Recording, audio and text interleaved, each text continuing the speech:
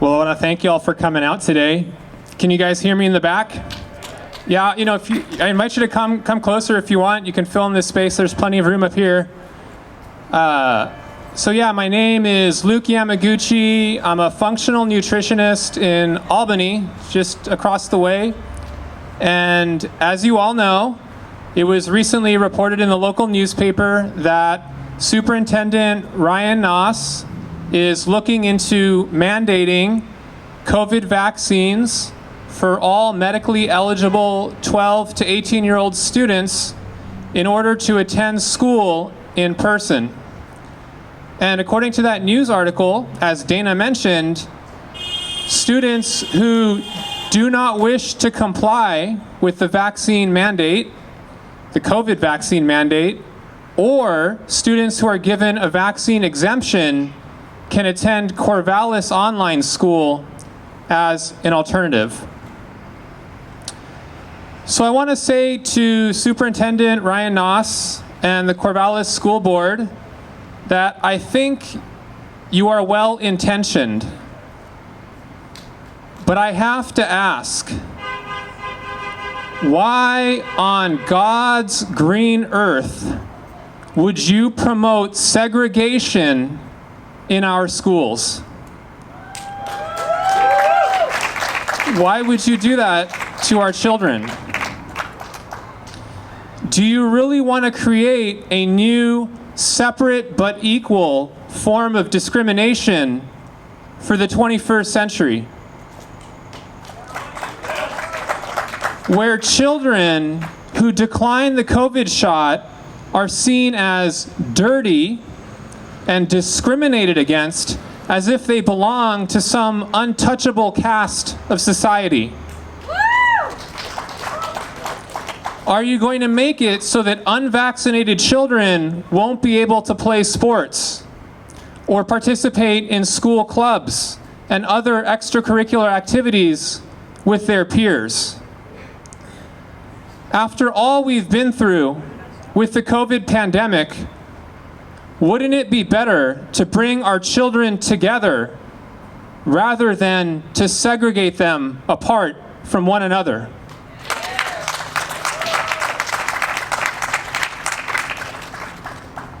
We don't force students with HIV or other transmittable diseases into online schools.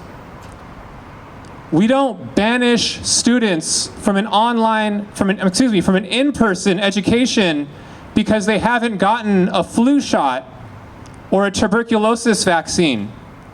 So why would we do that with COVID-19? Especially when,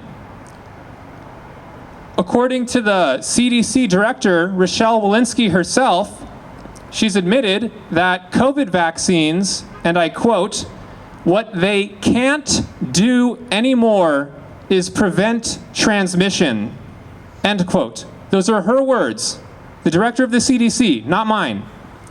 But it's actually even worse than that, because the CDC director has also admitted that fully vaccinated people can get asymptomatically infected with SARS-CoV-2, the virus that causes COVID-19, and then go on to transmit the virus to other people around them without knowing it.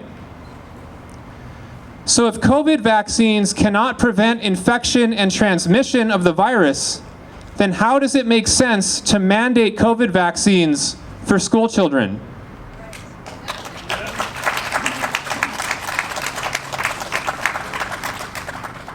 It was recently reported that the director of the Oxford Vaccine Group, Professor Sir Andrew Pollard, warned that herd immunity, quote, "is not a possibility because the Delta variant can spread among vaccinated individuals. So you cannot attain herd immunity or community immunity with a leaky vaccine that does not prevent infection and transmission." In other words, you cannot attain herd immunity with the COVID vaccines that are currently on the market. So again, why mandate them for school children who are at exceedingly low risk of COVID to begin with?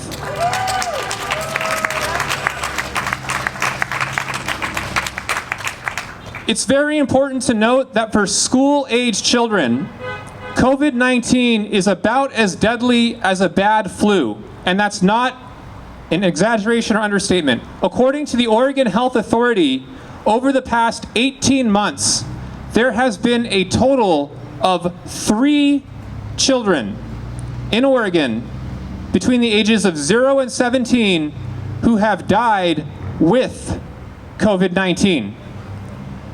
To put that into perspective, in 2009, a swine flu pandemic that you may not even remember killed 5 children in Oregon.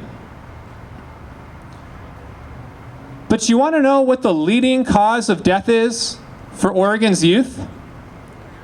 I'll give you a hint. It's not COVID.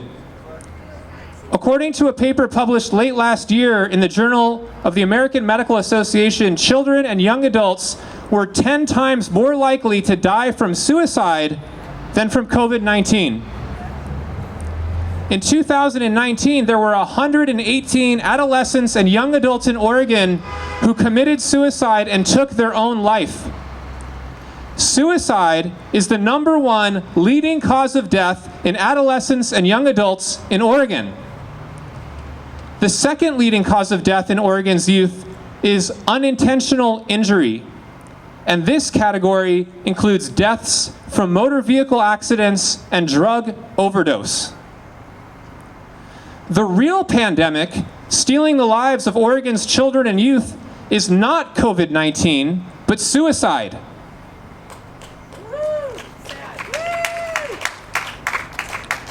So what effect do you think banishing a middle or high school student from an in-person education will have on their social and emotional well-being?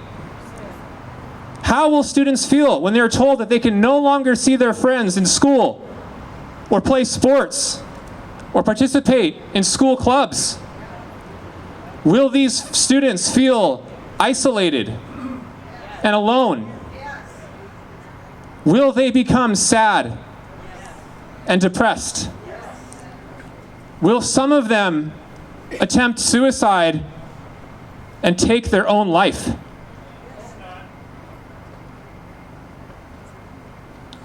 These are serious questions with potentially dire ramifications. And so I humbly ask Corvallis Superintendent Ryan Noss and the Corvallis School Board that you please also take this into consideration. Thank you all so much.